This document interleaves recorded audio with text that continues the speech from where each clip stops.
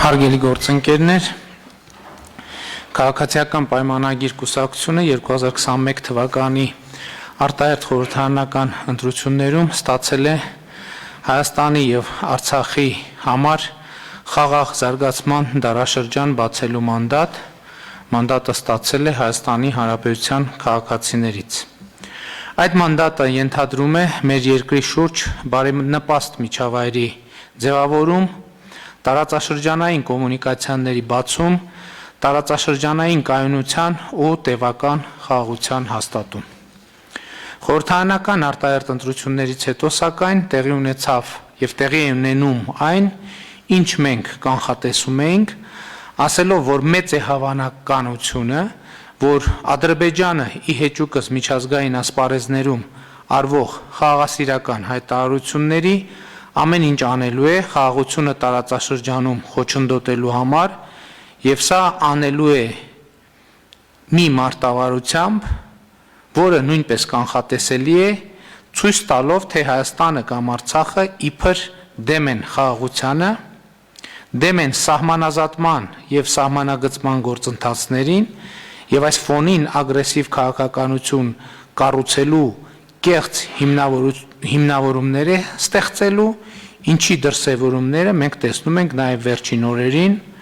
բայց դա տեսել ենք նաեւ վերջին ամիսներին։ Մասնավորապես Ռուսաստանի, Հայաստանի, Ադրբեջանի փոխվարչապետերի մակարդակով գործող աշխատանքային խումբը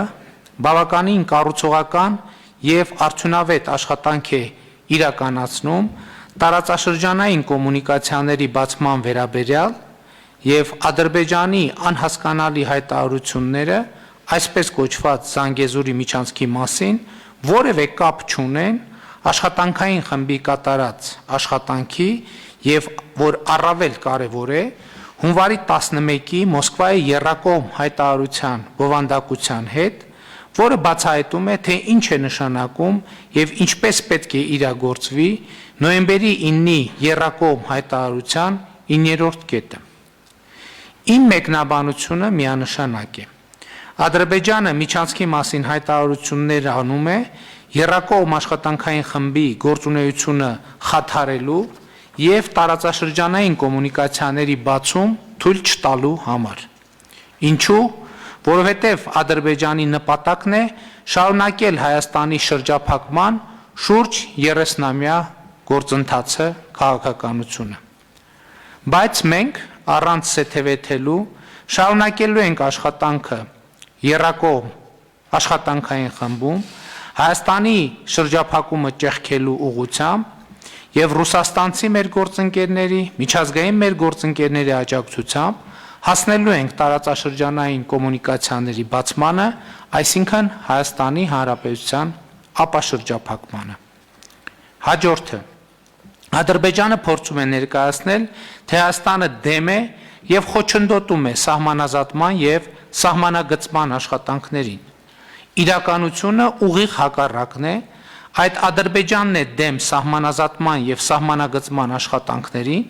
որովհետև ասպարեզ է բերել ակնհայտորեն կեղծված քարտեզներ, փորձելով հիմնավորել իր զինված ուժերի ներկայությունը Հայաստանի ինքնիշխան տարածքի մի շարք հատվածներում, մասնավորապես հայ-ադրբեջանական սահմանի սոտք խոզնավար հատվածի մի շարք տեղանքներում։ Ինչպես միջազգային հանրությունը, այնպես էլ Հայաստանը հստակ արտահայտել են իրենց դիրքորոշումը այս հարցի վերաբերյալ նույնպես։ Տվյալ տարածքներից Ադրբեջանի զինված ուժերի դուրսբերում, սահմանագծից եւ Հայաստանի եւ Ադրբեջանի զինված ուժերի հայելային ետքաշում մշտական տեղակայման վայրեր, սահմանագծի վրա ռուս սահմանապահների եւ կամ միջազգային դիտորդների տեղակայում եւ միջազգային հովանու ներքո սահմանագծման եւ սահմանազատման աշխատանքների նախապատրաստություն եւ մեկնարկ։ Մեր այս առաջարկը շարունակում է մնալ ուժի մեջ եւ մենք մեր գործընկերների, մասնավորապես ռուսաստանցի գործընկերների հետ աշխատում ենք այս ուղղությամբ, իսկ Ադրբեջանը որևէ կերպ չի արձագանքել այս հայտարարությանը եւ առաջարկին։ Ադրբեջանը փորձ է անում տպավորություն ստեղծել, թե Հայաստանը դեմ է խաղաղությանը եւ խաղաղության պայմանագրին։ Մինչդեռ Հայաստանը արդեն մի քանի անգամ հրապարակային ողջունել է ԵԱՀԿ Մինսկի խմբի համանախագահների ապրիլի 13-ի հայտարարությունը, որում մասնավորապես ասվում է. Մեջբերում եմ. Հաշվի առնելով ԵԱՀԿ մանդատի ժամկետները եւ տարածաշրջանի բոլոր բնակիչների ձգտումները դեպի կայուն, խաղաղ եւ բարեկեցիկ ապագա,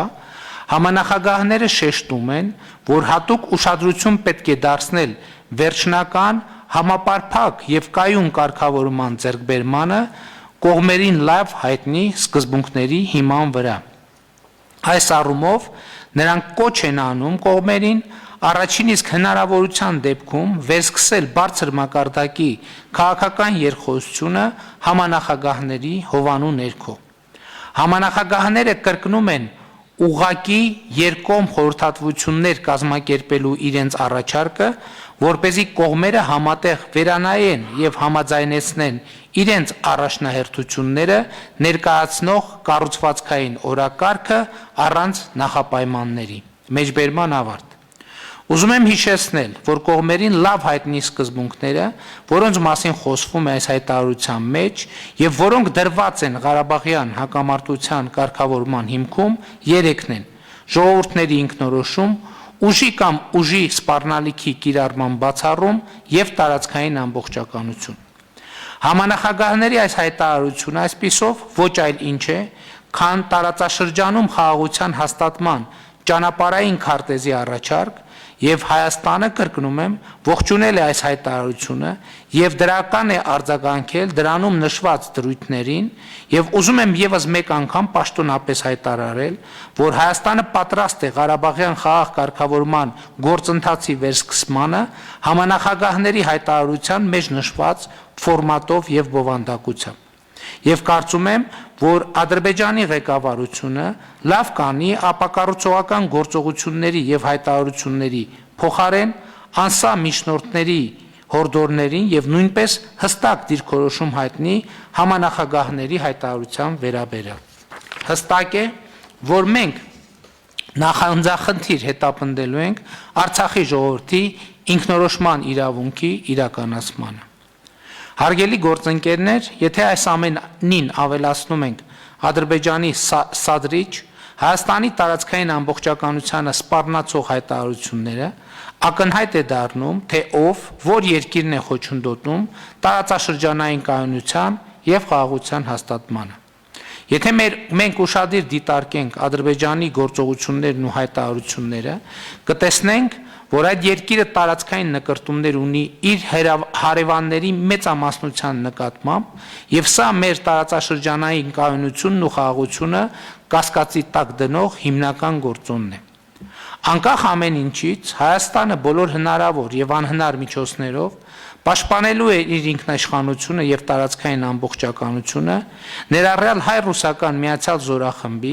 եւ հավաքական անվտանգության պայմանագրի մեխանիզմների գործարկմամբ, ինչի շուրջ մենք շարունակում ենք մեր խորհրդակցությունները մեր գործընկերների հետ։ Վերջին 2 ամիսներին հայ-ադրբեջանական սահմանին 2 զոհ ենք ունեցել։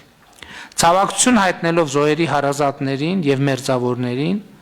Հավաքական անվտանգության պայմանագրի մեր գործընկերների ԵԱՀԿ Մինսկի խմբի համանախագահության ուշադրությունն եմ հրավիրում այս փաստի վրա։ Տարածաշրջանային կայունության եւ փոխվստահության հաստատմանը խոչընդոտող հաջորդ կարևոր գործոնն այն փաստն է, որ ի հեճուկս իր ստանձնած պարտավորությունների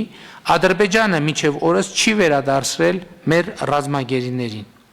Ամեն դեպքում միջազգային մեր գործընկերների հետ համագործակցությամբ մինչև օրս մենք կարողացել ենք վերադարձնել 104 ռազմագերիներին։